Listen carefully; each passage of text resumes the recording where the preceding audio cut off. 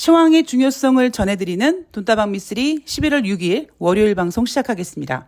자, 오늘 돈다방 미쓰리는요, 11월 3일 금요일 뉴욕 증시 마감 현황과 오늘부터 시작되는 한 주 11월 6일부터 11월 10일까지 우리 주식 투자하시는 분들이 어떤 점을 잘 점검하고 어떤 부분을 뒤통수 맞지 않도록 잘 체크를 해야 되는지 거기에 대한 고민을 한번 해보는 시간을 준비해 봤습니다. 자, 우선 제가 시황의 중요성을 전해드린다라고 이야기를 했잖아요. 여러분 기억나십니까? 자, 10월 30일 월요일 방송에서 제가 어떤 내용을 전해드렸냐면 리서치 센터장 5인의 긴급 전망이 있었다. 자, 하반기 증시 어디로? 라는 제목이었는데 그 5인의 리서치 센터장들이 얘기했던 부분이 뭐였냐면 연말까지 큰 폭의 반등을 기대하기는 어렵다. 실적 기대도 사라졌다. 뭐 이렇게 얘기를 했다고 했었고요. 특히 지난주 한 주, 그러니까 10월의 마지막 주이자 11월의 첫 번째 주였던 지난주 같은 경우에는 전문가들은 이번 주 상승 반전이 어렵다라고 했습니다. 자, 그런데 제가 지난주에 뭐라고 말씀드렸냐면 여러분 애널리스트들이 전망을 할 때요. 다음 주를 전망을 하던 아니면 다음 달을 전망을 하던 아니면 내년 전망을 하던 가장 큰 문제점이 뭐냐면 애널리스트들이 진짜 전망을 하는 게 아니라 본인들이 보고서를 쓰는 그 시점의 주식시장을 반영해서 전망을 하게 된다. 자, 그거는 어떤 느낌입니까? 지난주에 주식시장이 그들의 생각과는 달리 좋았습니다. 그 전주는 좋지 않았어요. 10월의 마지막 주 주식시장이 좋지 않다 보니까 애널리스트들은 그 생각을 가지고 10월의 마지막 주이자 11월의 첫 번째 주 제대로 된 반등하기 어렵다라고 전망을 했었습니다. 그런데 그들의 전망과는 달리 시장 분위기가 좋았어요. 자, 그러면 이제 그들은 11월 6일부터 11월 10일까지 오늘부터 시작되는 한 주 동안 그들은 과연 전망을 뭐라고 내놨을까요? 아마 대충 감 잡으시죠? 예, 좋을 거라고 내놨습니다. 증시 전망, 뭐 어떤 종목에 대해서 언제까지 얼마가 오른다, 뭐 이런 것들 다 의미가 없다라고 말씀드리는 이유가 바로 그런 부분입니다. 물론 종목은요, 어떤 특정한 종목의 세력이 아주 큰 놈이 하나 들어가서 진짜 핸들링을 잘하면은요, 정말 그들이 원하는 날짜에, 그들이 원하는 시간에, 그들이 원하는 가격을 만들어 놓습니다. 저는 예전에 그걸 한번 경험해 본 적이 있었고요. 그런데 지금 같은 상황, 예를 들면은 뭐 이런 거죠. 코스피 상한가, 하한가, 뭐 코스닥도 마찬가지지만 상한가, 하한가 폭이 이제는 15%가 아니라 이제 30%까지 확대되다 보니까 그들이 아주 큰 세력들이 핸들링하기에도 좀 예전보다는 약간 무리가 있습니다. 그만큼 예전에 대한민국 주식시장이 구멍가게였을 때, 물론 지금도 구멍가게입니다만 그때 세력들이 핸들링할 수 있는 어떤 힘의 파워와 지금은 좀 다르죠. 지금은 많이 약해졌습니다. 대신에 변치 않는 건 뭐냐면요. 역시 시장에서 가장 중요한 건 뭐다? 시황이다.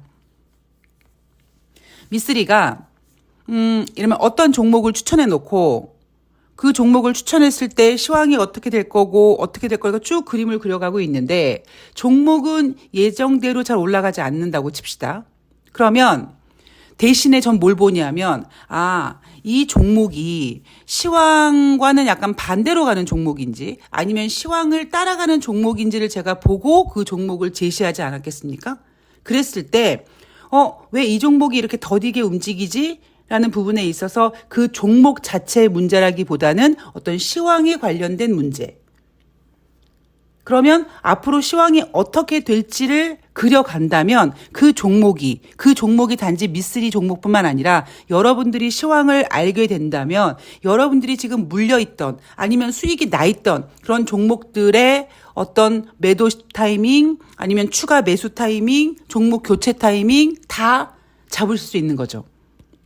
자, 그래서 시황이 매우 중요하다라는 이야기를 다시 한번 전해드리면서 자, 11월 3일 금요일 뉴욕 증시 마감 현황 먼저 보도록 하겠습니다. 자, 뉴욕 증시 지난주 금요일 3대 지수 모두 상승 마감했습니다. 다우지수가 0.66, S&P 500이 0.94, 나스닥이 1.38% 상승했고요. 자, 이날 상승한 이유를 보도록 하겠습니다. 크게 부진한 10월 고용 덕분에 연준이 사실상 금리 인상을 종료할 것 같다라는 기대감으로 뉴욕 증시 3대 지수가 상승했고요. 11월 3일 금요일 기준 다우지수와 S&P 500은 5거래일 연속, 나스닥은 6거래일 연속 상승했습니다. 자, 이제 우리는 뭘 고민해야 돼요?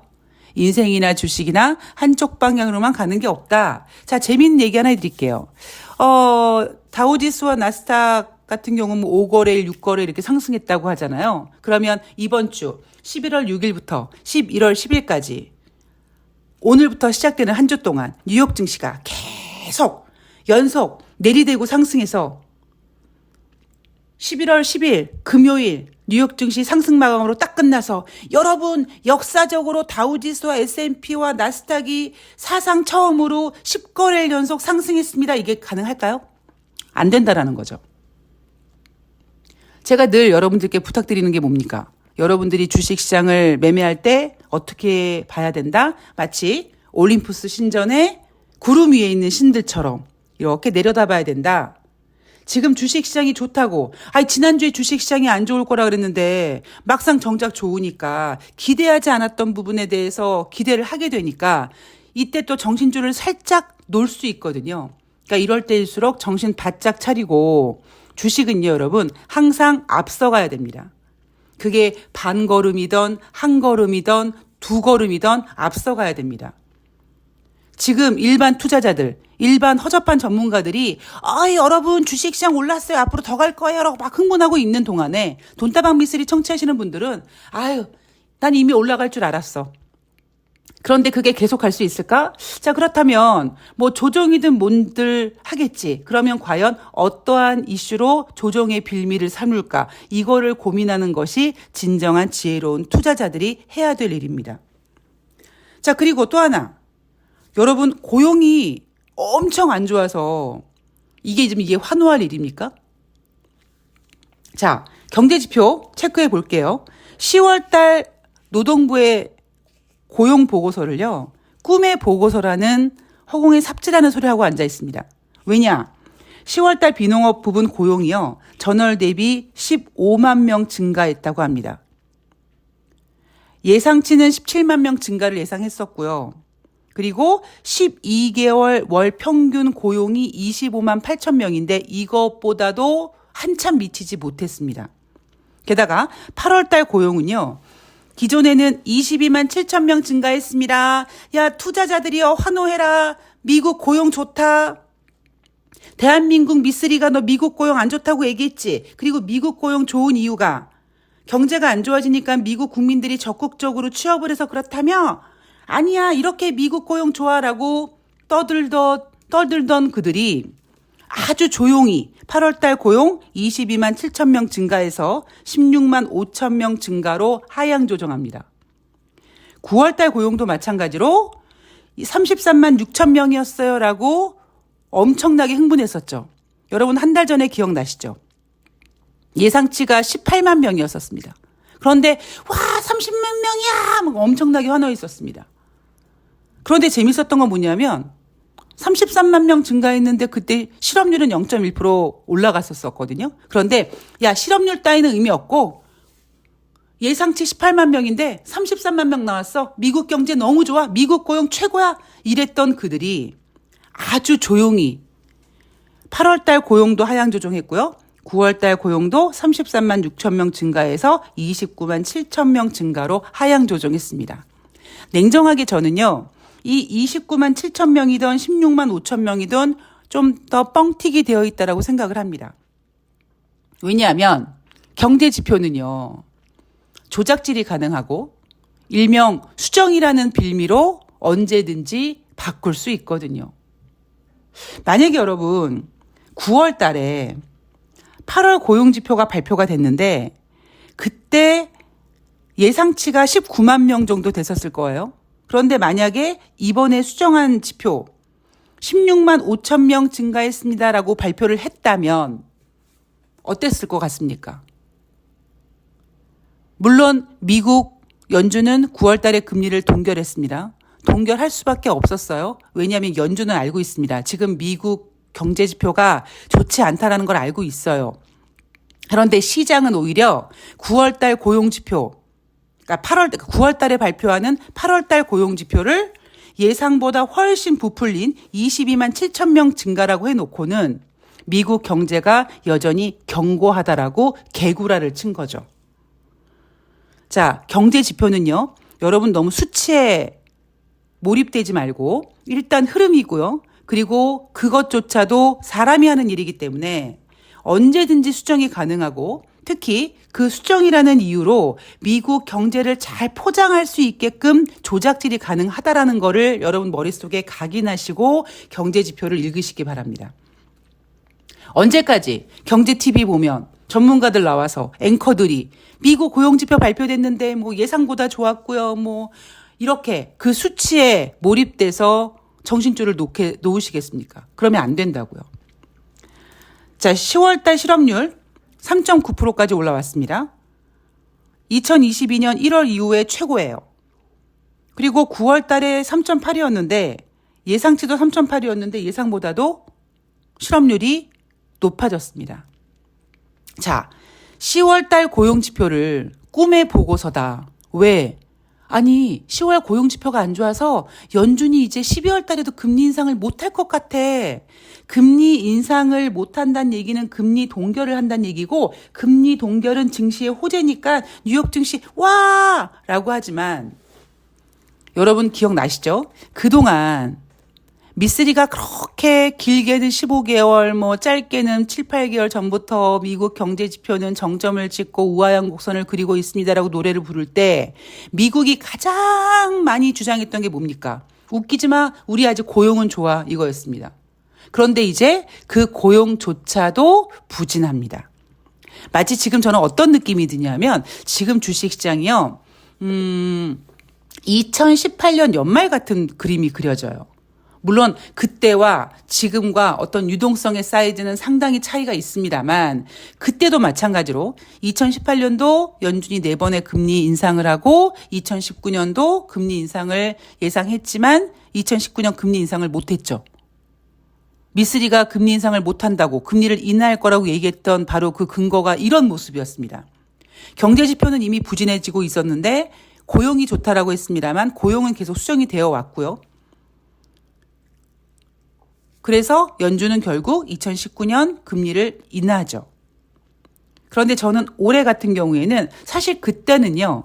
미쓰리가 생각하는 2019년 연준은요. 금리를 한두 번 추가 인상하는 게 아니라 아마 인하할 거려라고 약간 두리뭉실하게 얘기를 했다면 올해는 그때와 지금과 어떤 유동성의 사이즈 특히 뭐 어떤 부채 문제 이런 것들을 감안했을 때 연준은 내년 연말 그다음에 시장은 내년 뭐 여름 6월달 7월달 정도 그런데 미쓰리는 내년 그들이 생각하는 금리 인하 시기보다는 조금 더 앞당기지 않을까.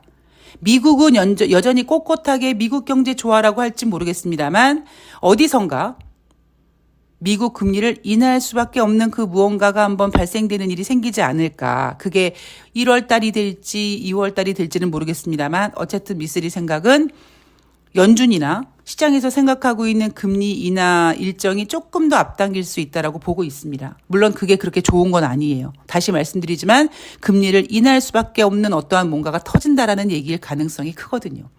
어쨌든 그거는요. 제가 계속 얘기하고 있고 여기에 추가적인 상황이라든가 뭐 자료가 있으면 제가 부연 설명을 더 보태드리도록 하겠습니다. 자, ISM에서 발표하는 10월달 서비스업 PMI 지표 9월달에 53.6이었는데 10월달에 51.8로 하락했습니다. 자, 서비스업 PMI 지표는 제조업 PMI 지표보다 살짝 높게 나오는 경향이 있고 아무리 다른 경제 지표가 기준선 하회에 놀아도 대충 서비스업 PMI 지표는 50 위에서 놀았다. 그런데 지금 ISM 10월달 서비스업 PMI 지표가 53.6에서 51.0으로 50 근처까지 내려왔고요. S&P 글로벌에서 발표하는 10월달 서비스 PMI 지표도 9월달에 50.1이었고 10월달에 50.6이었습니다. 예비치는 50.9였는데 예비치보다 부진했고 지금 기준선 50 근처에 와 있습니다. 자, 리치먼드 연방은행 총재가 고용시장이 점차 약화되고 있음을 보여주고 있는 자료다. 추가 금리 인상을 원하지 않는 사람들이 보고 싶어 하던 것이라고 생각한다라고 얘기했습니다. 여러분 제 말이 꼭 맞지 않을 수도 있어요. 그런데 그냥 제가 봤을 때는 이런 내용들이 되게 정말 속된 말로 가짜는 거죠. 왜냐하면 고용지표 좋다고 했는데 이제 고용지표도 부진한데 어떻게 이렇게 부진한 고용지표, 전월 대비 15만 명밖에 증가되지 않은 이 비고용 고용지표를 가지고 꿈의 보고서라고 얘기하면서 지금 뉴욕 증시가 이렇게 흥분할 구간이 아니거든요. 자, 다가오는 한 주 동안 볼까요? 전문가들은 NH투자증권은 2290포인트에서 2410포인트 보고 있고요. 지난주 금요일 코스피가 2368포인트까지 올라왔는데 이 NH투자증권에서 예상하고 있는 2290에서 2410포인트의 코스피 밴드는 다시 말씀드리지만 목요일 저녁에 쓴 보고서입니다. 그러니까 금요일 증시가 반영이 되지 않았기 때문에 이번 주 예상하고 있는 코스피 밴드와는 약간 차이가 좀 있게 되는 거죠. 자, 그런데 지난주 같은 경우는요.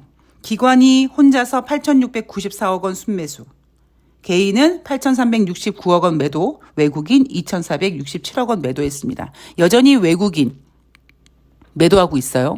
전문가들이 그랬죠. 집 나간 외국인들이 돌아올 것이다. 개풀 뜯어먹는 소리입니다. 자, 그리고 제가 이런 얘기 드렸어요.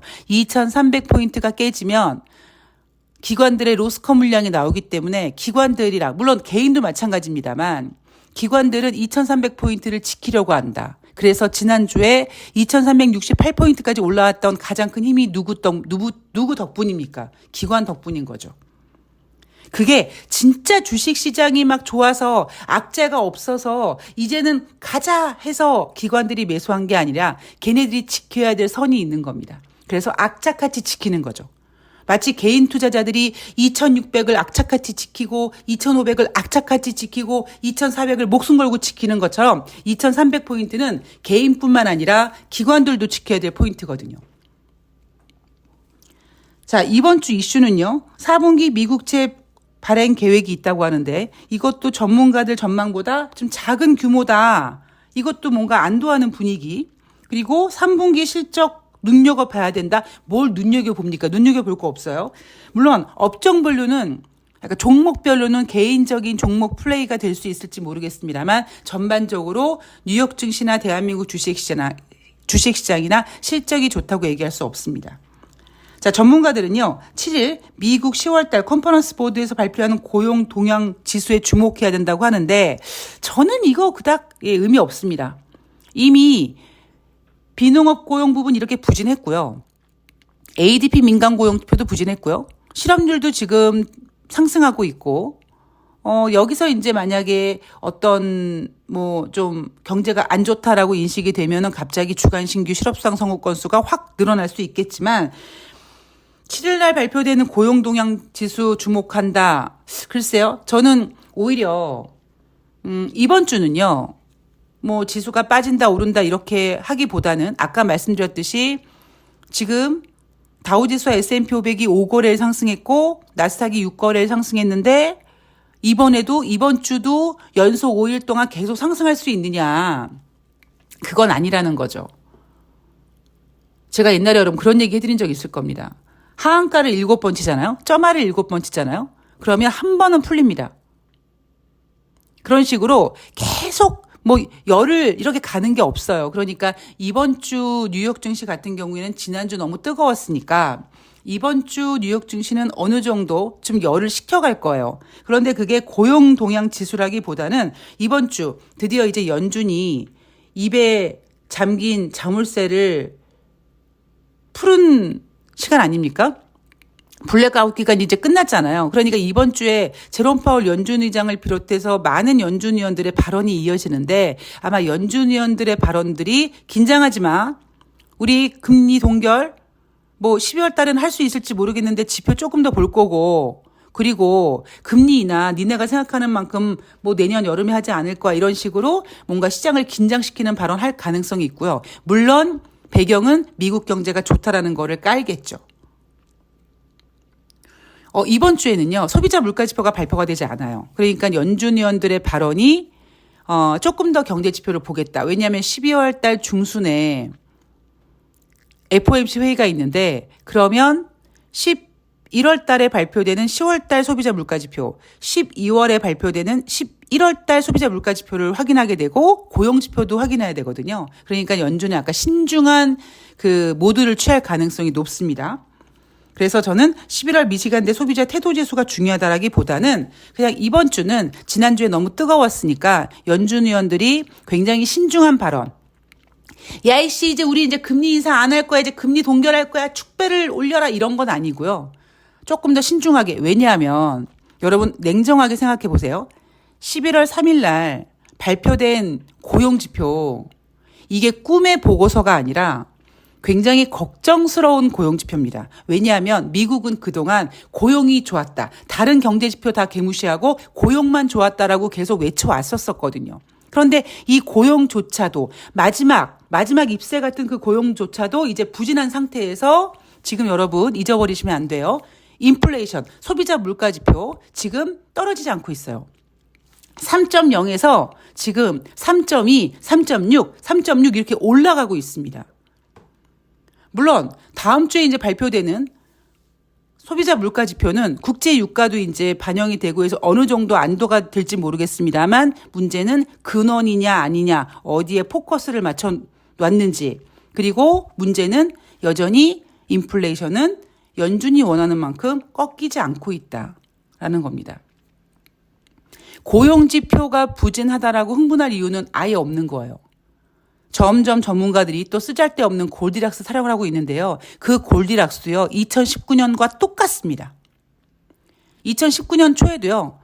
그때 미국 국채율 막 3% 가내만에 했고 그럼에도 불구하고 경제지표 꺾였는데 골디락스 타령했고요. 지금과 상황이 다르지 않습니다. 물론 지금이 그때보다 유동성이라든가 이런 것들이 부채 이런 것들이 더 많이 커졌죠. 그러니까 이번 주 한 주는 여러분들께서 돈다방 미스를 들으시는 분들은 아시겠지만 인생이나 주식이나 한쪽 방향으로만 가는 게 없어. 물론 이번 주에는 아마 그렇게 나쁘진 않을 거예요. 대신 지난주 같은 증시는 안 될 겁니다. 특히 우리나라 같은 경우에는 이제 올라오면 뭐합니까? 매물대가 때려요. 그러니까 대한민국 주식시장은 2300포인트는 기관이 이렇게 지키는구나. 대신 2400 올라오면 개인이 때린단 말이에요. 개인이 물량을 정리한단 말이에요. 그런 과정에서 어느 정도 박스권에서 움직일 가능성이 있다. 요 정도만 이해를 하시고 이번 주 한 주 대응하시면 될 것 같습니다. 자, 저는 오늘 방송은 여기서 마치고요. 잠시 후에 5시에 새날에서 또 잔망쟁이 컨셉으로 새로운 모습으로 찾아뵙도록 하겠습니다. 오늘 좋은 하루 되세요. 고맙습니다.